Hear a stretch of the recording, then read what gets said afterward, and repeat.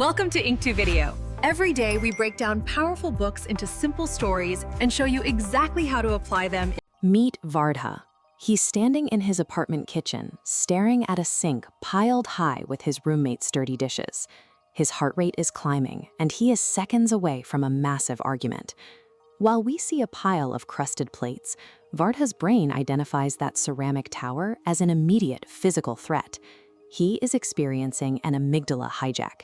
The emotional center of his brain is sensing conflict and slamming the panic button, triggering a rapid fight-or-flight response. When that biological alarm sounds, the brain pulls blood and resources away from the prefrontal cortex. The human center for logic, reason, and complex problem-solving simply goes dark. Millions of years of evolution have hardwired us to survive a predator attack by shutting down our capacity for nuanced thought, right at the exact moment a delicate conversation demands it. Caught in this biological snare, Vardha usually defaults to one of two reactions. The first is silence. He swallows his frustration, walks away from the sink, and lets the resentment rot inside him. The second is violence.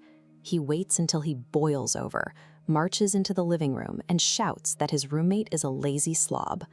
Curious, he is stuck in a mental trap. He believes he is forced to choose between telling the truth and keeping the peace. Accepting this binary ensures the relationship will fail. If he stays quiet, the partnership erodes from unspoken bitterness. If he lashes out, it shatters from the collateral damage.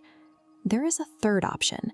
The authors of Crucial Conversations call it dialogue, and it starts with a manual cognitive override that happens before a single word is spoken. Vardha has to pause and run a motive check. Instead of rushing in to win an argument, he asks himself, what do I actually want for myself, for my roommate, and for this living arrangement? That pause helps bypass a cognitive blind spot known as the attribution error. This is our tendency to excuse our own mistakes as a product of a bad day, while blaming someone else's mistakes on deep character flaws. Because of this bias, Vardha is convinced his roommate is intentionally disrespectful.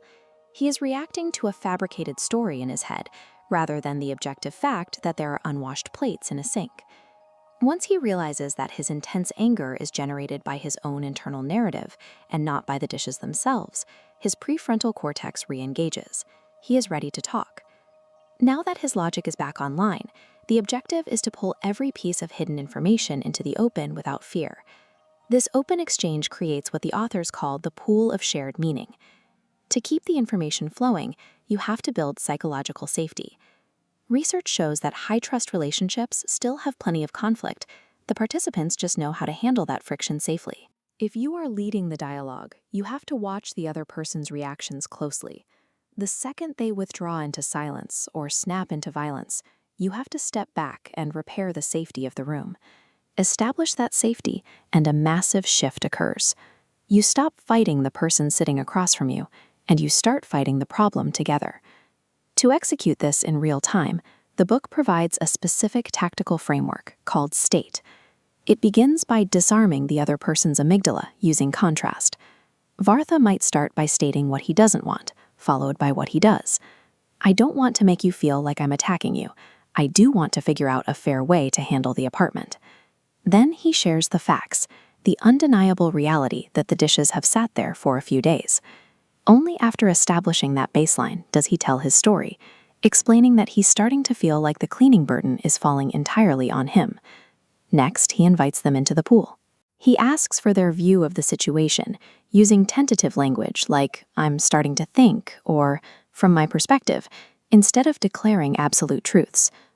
By replacing accusations with curiosity, the interaction transforms from a defensive ego clash into a collaborative exchange of meaning. Safe from attack, Vardha's roommate reveals the missing information. He's been completely overwhelmed by a massive project at work. Together, they map out a new cleaning schedule. No drama, just a solution. These same mechanics allow a manager to address a failing project or a missed deadline without triggering a team-wide defensive crawl.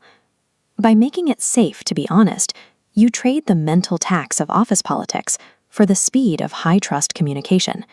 Clarity of motive creates clarity of speech. Avoiding the hardest discussions doesn't preserve a relationship, it starves it. Think about the one crucial conversation you have been actively avoiding for the past month. If you had to initiate that talk today using nothing but objective facts and a clear heart, what would your first sentence look like? Subscribe to the channel and comment on which point you would like to implement in your life and which book we should read next.